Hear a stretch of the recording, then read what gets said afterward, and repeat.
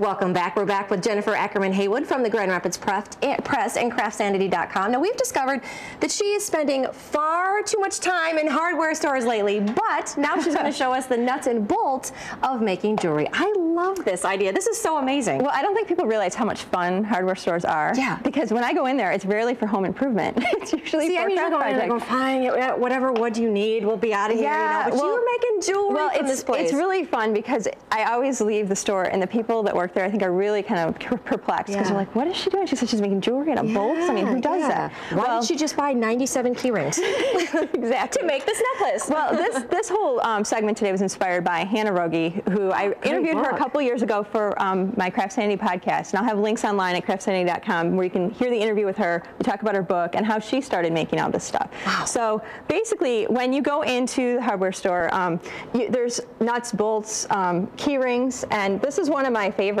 projects. This is the same key rings you use and this is, it looks like kind of a cool necklace, And all you've done is just link those together and make this, that is gorgeous. And the cool thing about it is you can take, and the reason why I didn't you can put jewelry fasteners on to make it like a permanent, closure. Oh, but what I like about it is you can take different ribbon, you can take it apart. Customize it with whatever you want. Yeah, and my kids think it's kind of fun when they're like, hey, let's redo the necklace, and we made this configuration last night and they had fun. Easy. And that's nice too, you can get kids involved in it as well. That's easy. And then for something, if you just want something, if you want to look real industrial, you can just take just a piece of ribbon and this, just a giant washer. I don't even know what you would build with something this huge, I mean, that's really, and just take something like this, and it doesn't go with every outfit, but if you're going out. But if you have the right thing that screams, I need to wear some hardware with this. Right, and if you want to be, this one I think is if you don't want to be messed with, I think this is kind of a serious looking. If you're wearing that on, people are going to leave you alone. Oh, not messing with Jennifer Ackerman. Yeah, this is kind of a signal to people to stand back a little bit. Yes, because you can take it off and use it as a weapon. You could really, I think, you could defend yourself with that. This one is from the cover, the same one that Hannah did for the cover of her book, and this is just a bunch of bolts here, just knotted together.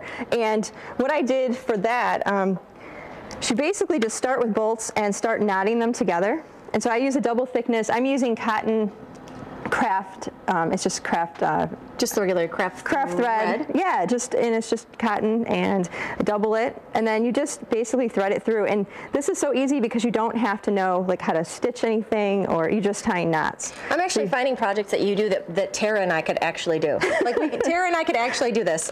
Well, the idea too is with crafting, it's fun to be able to show people things that aren't because if I say, you need a MFA and fine art. Well, I don't even have that, so I wouldn't be able to do this. So, it's one of those things where this is just really easy. So you just keep making a bunch of knots like that, and then just cut them. Cut the threads really, really short, and then you keep building up. This one, when you have 3 together, you could put an earring back on it, and instantly you've got earrings. You've got this necklace. I made this one to look kind of like a flower. I'm really into flowers. Hold this one up. Yeah, and then this one, but it's tiny. But look how cool that looks. And to get that into a necklace formation, you just double some thread, loop it through, and I'm just doing these kind of a little loop.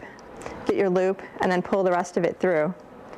And this again you can tie on, or if you want to have it be, you can get fasteners and make this a really permanent piece. But it's when I think about this, the cool part is they're very cheap.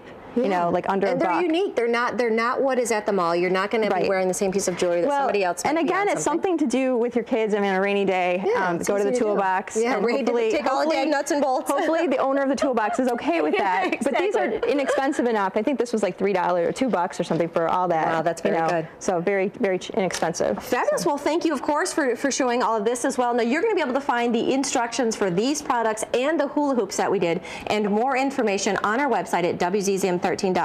You can also go to CraftSanity.com, and all the instructions and videos on there as well. So just click on the Take 5 links page. Still ahead, we're going to go gluten-free with a recipe